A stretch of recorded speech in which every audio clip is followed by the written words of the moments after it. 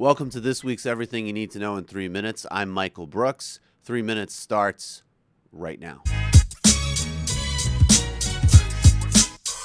Police militarization, police brutality. They're connected, but they're not the same thing. With the eruption of violence in Ferguson, Missouri in August, which all began with the killing of an unarmed black teenager, Michael Brown, by a white police officer, we are finally having a national conversation about police militarization. That's right, a long overdue conversation on police departments getting tanks, heavy artillery, and other pieces of equipment that completely go beyond their mandate is finally happening. But we're missing something vital. The killing of Michael Brown, which sparked the events in Ferguson, didn't happen with special military hardware, and it didn't happen in isolation. The targeting of specific communities by far too many police in both formal policies like stop and frisk, which used to be the actual policy of New York City, as well as in many killings and physical beatings of African Americans, Latinos, not to mention whole-scale spying on Muslim communities,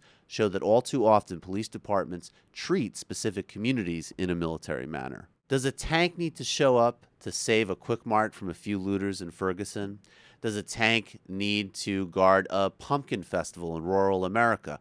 Obviously not, and these are vital conversations. But the role of police and police brutality and the effect of the relationship of police with specific communities is an ongoing and enduring issue of America that cannot get conflated in the same conversation as militarization. Military hardware and horrifying looking gadgets in the hands of local police departments have sparked a specific kind of conversation amongst many Americans.